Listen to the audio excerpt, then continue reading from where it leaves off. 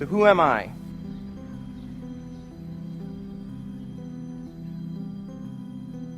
You might not actually be what you think you are.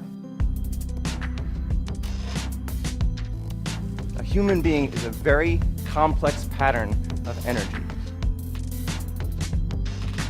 A community of 50 trillion cells doing a magic dance.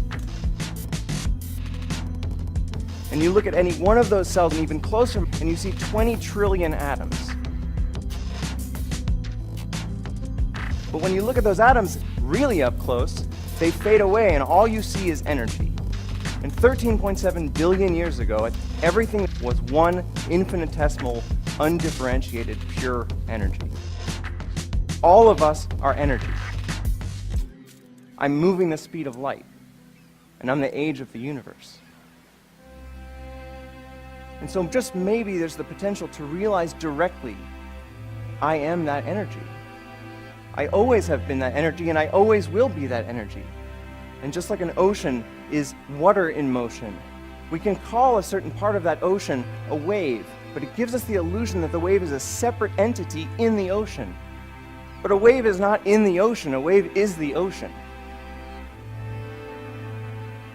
Einstein said that thoughts suffer from an optical illusion of consciousness.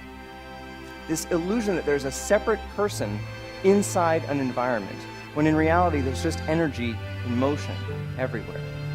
Now this experience could never be reduced to words because it makes words, but it could be experienced, and I think it's such an important experience that people have been trying to name it for thousands of years, and they call it spiritual enlightenment years ago. And all of them say the same thing. They say it is the complete ending of human suffering.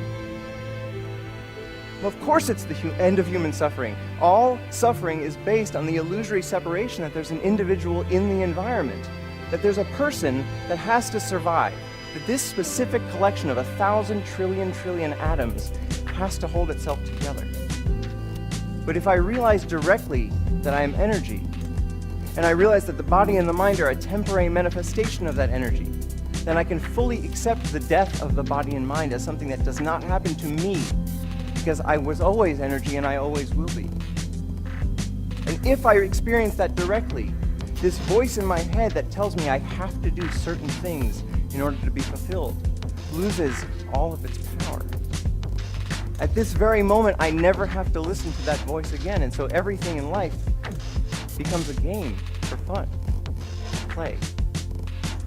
And we've all experienced that, but it's very hard to remember because we were so young, and maybe we were at the beach building a sandcastle, and the entire world faded away because we were only building it to build it, and we weren't trying to get somewhere else.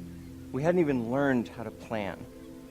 And so the only moment that mattered to us was right now.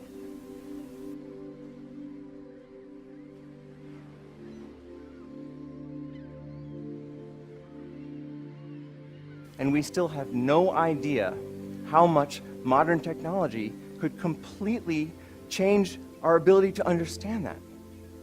Maybe it's possible that within our lifetimes we could actually eradicate human suffering. And what would the world look like then if every single one of us felt complete, felt whole, and felt interconnected? Undifferentiated, infinite oneness.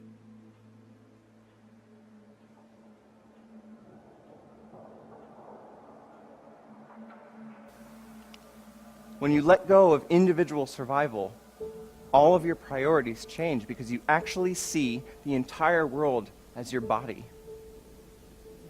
You see the suffering of others as your own suffering, and you want to help. And what is the actual power of a human being to really benefit the world when they're able to put the priorities of the whole system in front of themselves, even if that means they have to die in the process? How many of us can do that right now?